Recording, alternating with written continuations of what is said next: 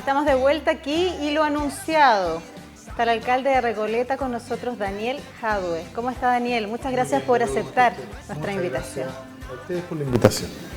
Bueno, vamos a hablar hoy día, el tiempo no es tan largo, nos gustaría hablar de muchas cosas, pero vamos a hablar de convención constituyente. La gente tiene el deber de informarse, tenemos un tema muy importante el 4 de septiembre, nuestro plebiscito, y estos son los espacios que son necesarios.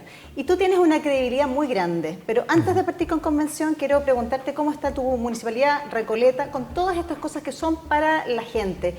La farmacia popular, muchas ideas que tenías, ¿se han podido llevar a cabo? ¿Cómo va eso?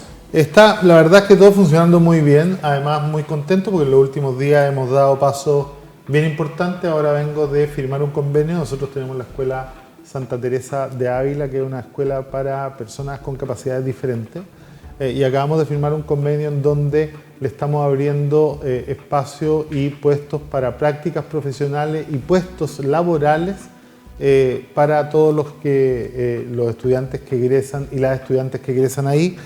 Nosotros ya estamos dando cumplimiento a la ley de inclusión laboral que exige a todas las empresas y instancias del Estado tener el 1% de personas con capacidades diferentes contratadas, pero creemos que esto es absolutamente insuficiente, que ha llegado el tiempo de avanzar más aún, así que hoy día estamos ya poniendo a disposición de esta escuela, que es una escuela además ícono nuestra dentro del mundo de las escuelas municipales, ¿no? Y por lo tanto es un paso gigantesco. Y ayer estábamos dando otro paso también gigantesco, que en el marco de la Universidad Abierta de Recoleta inauguramos el Instituto de Economía Política, ¿no? Y esto tiene la función de ir democratizando el saber. La Universidad Abierta de Recoleta no pretende entregar grados ni títulos, sino que pretende poner a disposición de las personas comunes y corrientes, de todos los que quieran, dentro y fuera del país, dentro y fuera de la región, discusiones y conocimientos que hoy día están vedadas para el mundo público, ¿no? Y sobre todo para el mundo popular. Tenemos efectivamente un tipo de conocimiento que además con pensamiento único, pero que además es muy poco accesible. O sea, el conocimiento en nuestro país es carísimo, es exclusivo y está reservado solo para personas con alta capacidad. Voy a poner solo un ejemplo. La carrera de arte en la Universidad Estatal, que es la carrera o una de las carreras más baratas que hay en Chile, y que por supuesto no te da un pasar muy económicamente seguro, muy económicamente seguro, cuesta mucho más que el sueldo mínimo, mensualmente. Entonces, imagínense lo que significa el conocimiento en nuestro país. Yo le preguntaba por eso porque siempre sabemos que eso ha sido su motivación, de estar justamente en el poder y poder comunal, que es tan importante. Así que vamos a invitarlo específicamente para hablar de estos temas. Me encantó el tema de la inclusión, ¿eh? Estamos muy conmovidos con eso, porque tengo mucha gente que necesita justamente, y es muy difícil para las mamás y papás poder pagar también un centro para que sus hijos puedan proyectarse en el tiempo y poder mantenerse solos, independientes, que eso es lo que buscan, ¿no es cierto?, el tema de la inclusión. Así que muy interesante. Después lo vamos a dejar invitado, Daniel, para que hablemos de eso. Concentrémonos en la constituyente. ¿Cómo ha visto usted el proceso? Muy bien. A ver, yo entiendo que hay una campaña desde la extrema derecha en nuestro país, desde los medios hegemónicos, por de una u otra manera ridiculizar la convención, ¿no? Y esto para tratar de quitarle credibilidad y de, además, con noticias que no tienen mucha relevancia para lo importante que es el proceso, tratar de quitarle prestigio, ¿no? Tratando de convertirla, lo han dicho textualmente, en algunos medios se habla incluso del circo de la convención. Y yo creo que esto está absolutamente alejado de la realidad. La convención, primero, es el órgano más representativo y democrático de la historia republicana de Chile. Nunca habíamos tenido un organismo que tomara decisiones para el país, que fuera paritario, que fuera absolutamente democrático y que le diera igualdad a los independientes respecto a los partidos políticos, y que además tuviera la inclusión de los pueblos originarios de este territorio. Por lo tanto, es sin duda la institución de mejor calidad democrática y representativa que hemos tenido en 220 años ya de historia republicana, ¿no? Además de aquello, ha hecho un trabajo sumamente serio. Y otra cosa que hay que relevar, algunos medios han tratado de instalar que no hay capacidad instalada en la convención. Y cuando uno echa a correr para la derecha, esta que es tan meritocrática, los currículum de quienes están en la convención, ¿no? Y uno los compara con los currículum de los que están en el Congreso y en el Senado, uno se da cuenta que en la convención hay mucho más capacidad instalada de todo lo que ha habido en el Congreso a lo largo de los últimos 30 años. Especialistas en todas las materias más fundamentales para actualizar este acuerdo marco, esta ley fundamental para las y los chilenos, mirando el Chile del futuro. Entonces, preocupaciones tan fundamentales como medio ambiente, como inclusión, como respeto a la diversidad, como respeto y reconocimiento a los pueblos originarios, como la democracia paritaria y muchas otras cosas.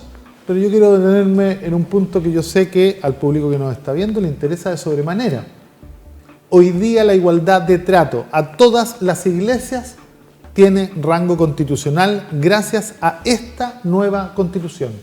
Si eso, para quienes nos están escuchando, este es un canal evangélico, no es relevante y no es una tremenda señal de que esto es un avance democrático, yo no me imagino qué pudiera ser para el público, sobre todo que nos está escuchando. Yo creo que en todas las materias esta es la mejor constitución que ha tenido en la historia de Chile. Gracias a lo que usted dice, obviamente esta norma, este artículo, emana también de la ciudadanía. Así es. Así es que eso también es muy, muy interesante y por supuesto se agradece. Hablando del tema que ha sido polémico, y más que lo polémico, también quiero hablar un poco de lo que usted comentaba, los medios de comunicación. ¿Hay alguna crítica con respecto a quizás que la convención no ha podido entregar bien el tema comunicacional, transmitir lo que se está haciendo correctamente? Para abordar este tema que usted me plantea, que yo creo que es de la mayor relevancia, hay que entender primero que la concentración de la propiedad de los medios en Chile es escandalosa.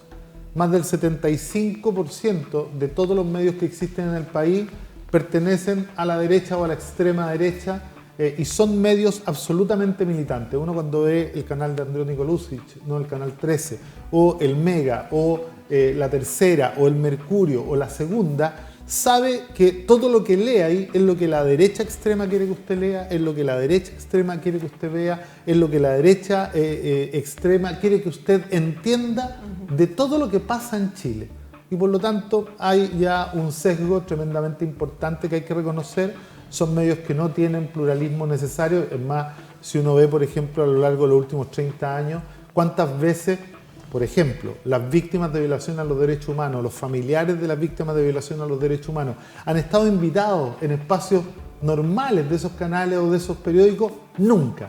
¿Cuántas veces han estado los victimarios? ¿Cuántas veces los violadores de los derechos humanos para lavarles la cara? ¿Cuántas veces los que han sido responsables de las políticas de tortura, ¿no? y de represión y de persecución política en nuestro país? Siempre, todos los días, están ahí, son sus canales, ¿no? Entonces, yo creo que los medios han jugado un rol bastante patético desde mi perspectiva y tiene que ver sobre todo con los intereses económicos que ellos representan, ¿no?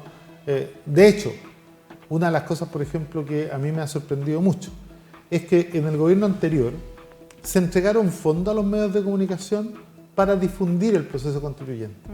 Extrañamente se le entregaron a puros medios de derecha, que lo que han hecho es desprestigiar la convención y no discutir el contenido. Entonces yo hago una recomendación básica a todos los que nos están viendo, vayan a los contenidos porque se van a sorprender gratamente y van a darse cuenta que los intereses de ustedes están mucho mejor representados en este texto de lo que han estado representados en toda la historia constitucional de este país. Y en este canal promovemos, siempre lo hemos hecho, de que usted tiene que votar de manera informada. Es el 4 de septiembre importante, usted rechaza o aprueba, pero usted lea los contenidos, usted puede acceder a eso. Y también tenemos espacio para que vayamos viendo, en este caso con el alcalde, ¿no es cierto?, que está hablando justamente de fondo. Y vamos a hablar del plurinacionalidad, que ha sido un gran tema. Pero yo te puedo pedir algo antes que, Daniel, porque yo creo que hay un tema dime, que nadie lo ha relevado y que es más importante que todos los derechos nuevos. Mira, yo le hago una pregunta a todos quienes nos están viendo. ¿Cuántas veces en los últimos años usted vio que se aprobara una ley que era de interés de todos nosotros, como por ejemplo la titularidad sindical, y que rebotaba en el Tribunal Constitucional y quedaba sin ejecutarse la ley porque la Constitución lo impedía? ¿Cuántas veces quienes nos están viendo percibieron que había una ley que era extremadamente necesaria en nuestro país y que nunca se le ocurría ni al presidente ni al Congreso? ¿Cuántas veces además se aprobaron leyes que usted definió que eran absurdas y que era todo lo contrario al interés que nosotros como pueblo teníamos? ¿Por qué hago estas 3 preguntas? Porque una de las cosas más relevantes que tiene la Constitución actual son los elementos de democracia directa que el texto constitucional le incorpora al sistema político. O sea, hoy día si usted quiere proponer una ley, ¿no?, al Congreso, que no se le ocurre ni al Congreso ni al presidente, iniciativa popular de ley. 3% del padrón, cerca de 450.000 firmas a lo largo de todo Chile, y usted puede proponer la ley para que se discuta. Pero además, si hay una ley que el Parlamento aprueba, con la cual usted no está de acuerdo, usted puede juntar firmas y proponer una iniciativa para derogar una ley que el Parlamento apruebe y que no sea del gusto del pueblo de Chile. Como si fuera poco. Si hay una autoridad que no le gusta y que no cumple su programa, lo puede revocar. Puede haber plebiscito. Y además queda consagrada la Asamblea Constituyente como la forma de cambio constitucional global. Entonces, imagínense ya este tremendo avance. ¿Por qué lo digo? Perdón, qué bueno que lo estás abordando con mayor detalle, porque lo mencioné cuando tú mencionas el tema de libertad religiosa. Eso también es gracias a esto que se abrió. Así es. Y es interesante porque, en general, para que le contemos a la gente, los diputados cuando hacen su semana distrital, es la oportunidad que tiene recién para empaparse un poquitito de lo que la gente está viendo y que necesita. Y es muy, obviamente, es flaco el favor que le hacen, porque la verdad es que muchos también diputados no van a semana distrital, digámoslo así. Así es. Entonces, esto también abre un espacio que no se habla en los medios de comunicación, y qué bueno que tú lo abordes, y lo dijimos, ¿no es cierto?, gracias al tema de la libertad religiosa y otras tantas iniciativas populares que también se debatieron en esta... Pero además mira la importancia que tengo. Llegamos al 18 de octubre por una sensación tremendamente generalizada en este país, de que en Chile había abuso todos los días, en todo lugar, en todo momento y en toda actividad. Abusaban los empresarios, abusaban los medios de comunicación, abusaban los comerciantes, ¿no? Se coludían las farmacias, se coludían los supermercados, se coludía el pollo, en todo. En lo que hubiera siempre estaba alguien perjudicando al pueblo de Chile, y la gente terminó indignada. Pero además terminó indignada porque nunca, después de sistemáticos procesos de votación, nunca lográbamos que se aprobara nada de lo que nosotros queríamos. Entonces, esa indignación llevó a lo que algunos llaman estallido social, que yo le llamo la revuelta de octubre. ¿Por qué llegamos a la revuelta de octubre? Porque el sistema político actual, esta constitución actual, no tiene espacio para que el pueblo permee el sistema político cuando lo siente necesario. Entonces, con todo lo que estamos aprobando hoy día, no van a ser necesarias más revueltas en Chile. Quizás van a ser muy difícil que vuelvan. ¿Sabes por qué? Porque ahora hay espacios para intervenir. Hay espacios de participación consagrados en la nueva Constitución que no hacen necesario llegar y acumular tanta indignación como se acumuló en Chile gracias a los últimos 30 años. Es curioso porque vivimos en un sistema democrático, y si venimos como a buscar la raíz de todo esto, ¿no es cierto? Demos, de participación, democracia, representación del pueblo. Y eso finalmente se ha estado perdiendo esta cantidad de años, ¿no es cierto? Y la idea justamente es volver a eso, ¿no es cierto? Que tengamos la posibilidad de sentirnos realmente representados con las leyes que necesitamos para poder convivir bien. Y vamos a ver lo que yo te comentaba antes, algo polémico: plurinacionalidad. ¿Qué es lo que tú piensas que se ha manipulado, manejado? ¿Qué es lo que conlleva principalmente, y el gran debate, creo yo, es lo que viene después? Eso es lo que han tratado de poner, ¿no es cierto? ¿Qué viene después? Qué terrible que pongan esta palabra, porque en el fondo viene una incertidumbre después. Por eso te lo pregunto directamente. Lo primero que hay que entender es qué es una nación. Una nación es una comunidad de individuos con origen común, historia común, vocablo común y psicología común, ¿no? Entonces, cuando uno mira un territorio como el de Chile, uno tiene el legítimo derecho a preguntarse ¿cuántas naciones habitan el territorio? ¿Todos tenemos una historia común? Claramente no. La historia que pueden contar los pueblos originarios respecto de la que cuentan los que somos, entre comillas, mestizos, y aquellos que son claramente descendientes de los invasores coloniales, son completamente distintas. De hecho, al proceso de exterminio y a la política de exterminio físico y político y de limpieza étnica que el Estado de Chile realizó en la zona sur de nuestro país, los colonialistas le llaman pacificación de la Araucanía. Entonces, claramente aquí hay más de un pueblo, hay más de una historia, hay más de un vocablo, ¿no? Es más, tenemos cerca de 8 vocablos distintos cuando uno mira a todos los pueblos originarios, y por lo tanto difícilmente alguien podría concebir que en nuestro país existe solo una nación. Ese es un concepto muy totalitario y muy antidemocrático, pensar que todos somos la misma nación. Y cuando uno esto lo lleva al resto del mundo, después de todo lo que han sido los movimientos migratorios a lo largo de la historia de la humanidad, uno llega a la convicción de que no hay ningún Estado que sea nacional en el mundo. La discusión que hay que dar hoy día es si los Estados reconocen su condición de ser plurinacionales o no. Y Chile es un Estado que no reconoce su plurinacionalidad. ¿Y qué significa esto? Que una historia de una nación se le impone a las otras. Que una cosmovisión de una nación se le impone a las otras. Que una forma de entender, ¿no?, la ley se le impone a las otras. Que una forma, además de administrar justicia, se le impone a las otras. Entonces, claro, uno podría decir, mira, para la gente de derecha es tan importante la propiedad privada. ¿Y qué pasa con la propiedad privada antes que llegaran los españoles aquí? ¿Era válida o no era válida? Los pueblos originarios no dicen que la tierra les pertenecía a ellos, dicen que ellos pertenecían a la tierra. Que es la cosmovisión absolutamente distinta. Exacto. Entonces, aquí lo que hay que entender es que este es un paso gigante hacia establecer un horizonte de paz, de igualdad y de reconocimiento para todos los pueblos que habitan el territorio. Y esto implica también incorporar la cosmovisión de ellos. Por ejemplo, la nueva Constitución le entrega derechos a la naturaleza. Alguien de nuestra cosmovisión podría ver, ¿cómo derechos a la naturaleza? Bueno, es que los occidentales, los que vienen de la matriz judeo-cristiana, tienen una concepción de la naturaleza que es de sujeto a objeto. De hecho, la naturaleza está para servir al amo y es de un carácter completamente utilitario. Sí. En cambio, la relación que establecen los pueblos originarios es de sujeto a sujeto. Para ellos, la naturaleza, tal como en el marxismo, es un ente vivo y es una relación recíproca. Para nosotros es el cuerpo inorgánico del ser humano. Entonces, imagínate cómo entienden los pueblos originarios la relación que este Estado nacional, que es extractivista, que destruye el medio ambiente, que le da lo mismo, que contamina las aguas, que contamina el aire, que destruye el bioma marino, ¿no?, entienden que esto es completamente nefasto. Entonces, cuando hablamos de incorporar plurinacionalidad, hablamos de hacer un ejercicio de empezar a considerar todas las cosmovisiones que existen en nuestro país como igualmente importantes. Y esto tiene mucha relación con lo que hablábamos de la religión. ¿Igualdad de trato para todas las religiones? Bueno, igualdad de trato para todas las cosmovisiones.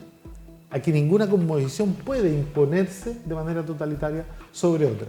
¿Y qué viene después? Pluralismo jurídico. Ya, eso te iba a preguntar. Justo me estás leyendo la mente. Pluralismo jurídico y viene obviamente el tema de entregar tierras también, ¿no es cierto? De volver a reivindicar el tema de las tierras. Pero está la crítica ahí. Solo voy a hacer una precisión. Dime. No entregar. Ya. Devolver.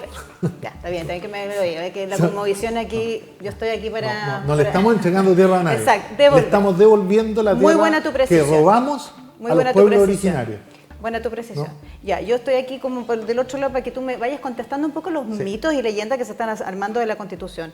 ¿Qué pasa con el tema que dice, bueno, tiene mucho, pero los indígenas, los mapuches, los Selknam, tienen mucho más derechos que el resto de los chilenos? Ahí hace una edición. Eso es importante porque le han dado con todo a ese tema específico. Yo no percibo que ningún chileno pueda decir que los pueblos originarios no han hecho genocidio a nosotros. Ni puedo pensar que ellos tengan más derechos que nosotros cuando su lenguaje no se enseña en ninguna aula en nuestro país.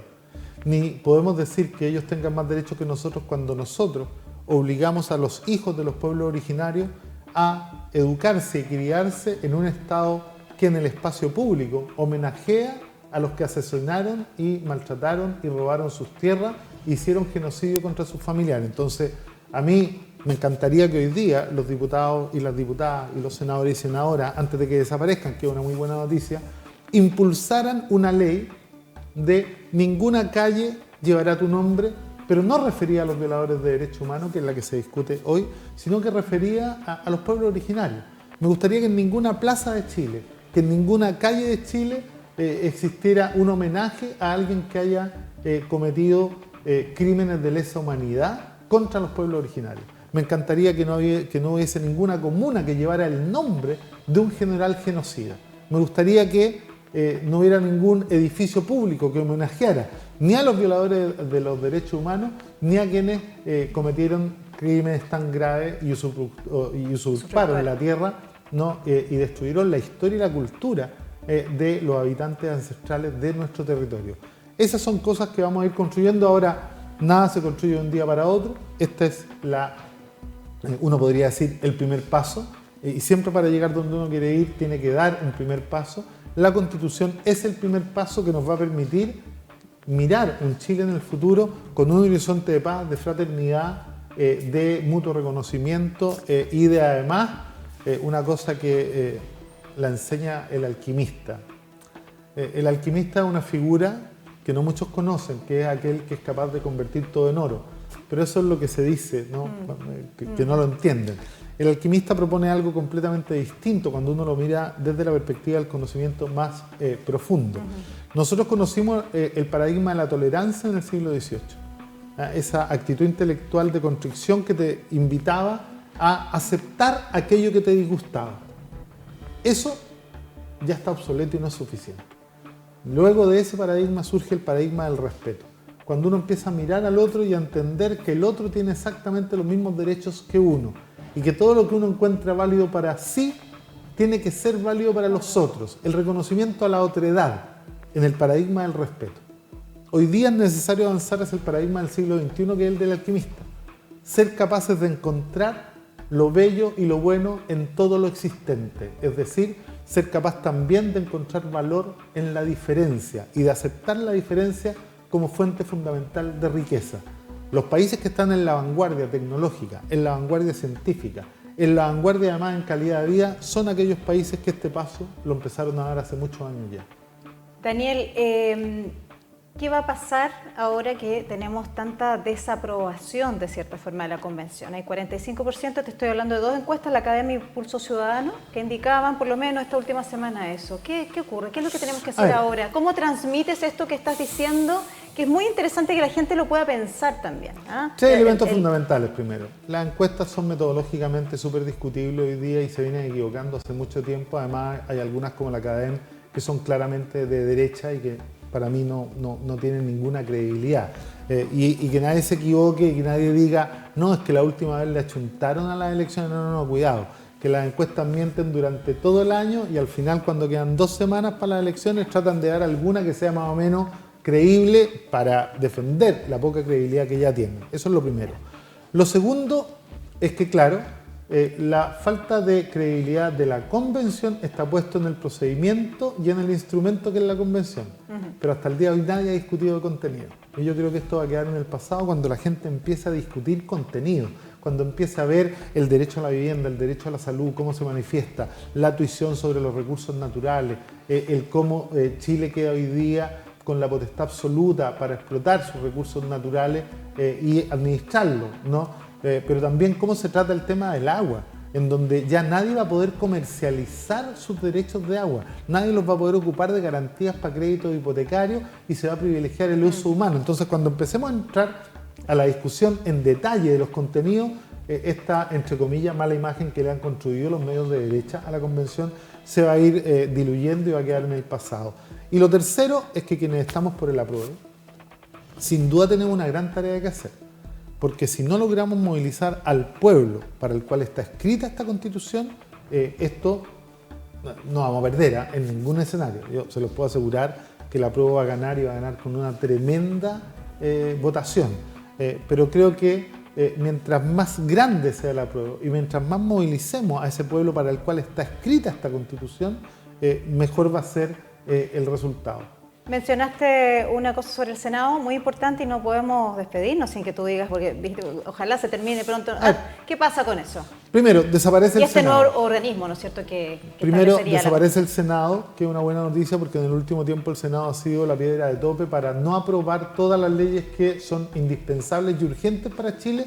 Se trancan ahí en el Senado para estos señores que además le cuestan al Estado de Chile 25.000 millones de pesos al año y para además entorpecer la pega, digamos.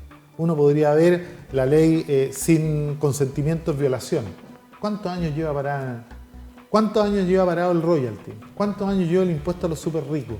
Todas cosas que hoy día no se empiezan a discutir en serio, pero que llevan algunos hasta más de 5 años parados en el Senado y que no se han movido nada. Entonces yo creo que es una buena noticia para Chile porque además vamos a hacer más rápido el proceso legislativo, va a tener menos ripio y surge una Cámara que es la representante de las regiones, pero que tiene que ver con temas que tienen que ver con la regionalización y con la descentralización fundamentalmente. Que entonces es importante entender que en la Cámara de Diputados, el Congreso de Diputadas y Diputados va a ser el lugar donde las leyes parten y donde las leyes terminan. Y no hay otro interviniente más que para temas específicos la Cámara de las Regiones. Pero, además con la tremenda noticia, ¿no? Nosotros vamos a poder legislar a través de la iniciativa popular de ley, vamos a poder derogar lo que ellos hagan que no nos gusten a través de la iniciativa popular de derogación legislativa, vamos a poder además tener plebiscito, vamos a poder revocar autoridades y lo más relevante, vamos a poder cambiar a través de asamblea constituyente la Constitución cada vez que lo creamos necesario sin tener que llegar a los niveles de indignación e impotencia a los que llegamos en los últimos años. Daniel, y lo último con respecto a eso, y para que también lo desmientas o lo firmes o lo digas aquí abiertamente, el tema de la Cámara de las Regiones que dicen también que tiene muchas cosas que no va a estar tan abierto como dices tú, sino que es mucho más limitado, que limita más a las regiones, quienes están obviamente diciendo que esto no va a funcionar. No, mira, yo creo que, a ver, lo primero, nadie dice que esta Constitución sea perfecta. Yo siempre recuerdo esta canción de mi cantante, uno de mis cantantes preferidos, Pablo Milonés, que dice: no es perfecta, más se acerca a lo que yo simplemente soñé. Esto lo vamos a poder cambiar todas las veces que queramos en el futuro. Pero este es un buen inicio para empezar a democratizar Chile y empezar a construir ese país que tanto hemos soñado durante tantos años. La Cámara de las Regiones es un primer paso por un Estado que sea mucho más descentralizado y mucho más desconcentrado. Y le da poder a las regiones para que discutan en igualdad de condiciones. De hecho, hay una sobrerepresentación de las regiones, ¿no? Quedó estipulado como 3 representantes por región. No tiene nada de proporcionalidad. O sea, imagínate que Magallanes, que tiene 180.000 habitantes, va a tener los mismos representantes que Santiago, que tiene casi 7 millones de habitantes. O sea, claramente esto es contra la centralización y creo que es una muy buena noticia. Así es. Daniel, no puedo decir, estamos en un canal evangélico, lo mencionaste al principio. Por favor, está tu cámara para que también hables con ellos y les digas por qué es tan importante aprobar. A ver, yo creo que aquí lo fundamental es entender que la Constitución es un marco para todas y todos y que la Constitución permite, prohíbe y obliga, ¿no? Y hay temas en los cuales puede permitir cosas que no nos gusten. Hay otros que obliga y también puede obligar cosas que no nos gusten. De hecho, va a obligar a los ricos a pagar más impuestos y no les gusta, ¿no? Pero también mandata. Y mandata al Estado, por ejemplo, asegurar dignidad y asegurar cosas. Y por lo tanto, es importante aprobar porque esto es un primer paso. Y un primer paso, pero lo dije al principio, que viene de una convención constitucional que es el órgano más democrático y representativo que ha tenido la historia republicana de Chile en toda su vida como Estado, ¿no? Segundo, que además es la primera vez que tenemos una constitución democrática y paritaria emanada de un órgano electo popularmente. Y tercero, que nos da la posibilidad de aquí en adelante de permear el sistema político cada vez que lo sintamos necesario. Solo estos 3 argumentos, antes de entrar al contenido, yo creo que ya dan suficiente razón para aprobar. Ahora, cuando uno entra al contenido, y yo, por favor, invito a ser súper transparente y honesto y a enterarse de lo que dice la nueva Constitución, porque cuando entren a los contenidos van a darse cuenta que los intereses de todas y todos ustedes están mucho mejor reflejados en esta Constitución que nunca antes lo estuvieron en ninguna otra. Y un mensaje para el pueblo evangélico específicamente. Felicitar el hecho de que esta convención haya entendido lo importante que es la igualdad de trato a todas las iglesias, también la igualdad de trato a todas las cosmovisiones, de tal manera que aprendamos a entre todos construir un país en donde nadie sobre y en donde todos tengan asegurada una dignidad mínima que nos permita perseguir la felicidad en un marco de autonomía plena. Así que muy felices. Muchas gracias, alcalde de Recoleta, Daniel Jadwe, por estar con nosotros. Por Fue una pincelada solamente. Este es un espacio para conocer las opiniones, para que usted también se mueva a que entre a los artículos, lea desde su punto de vista también, escuchando distintas opiniones. Daniel Jadwe está por el apruebo. Entonces, conocimos este punto de vista tan interesante, así que te lo agradecemos, por supuesto, y te dejamos sumamente invitado para que profundicemos en cosas que hoy día no podemos conversar. Ok, encantado. Muchas gracias por la invitación. Muchas gracias a usted, alcalde, y gracias a ustedes, ¿no es cierto?,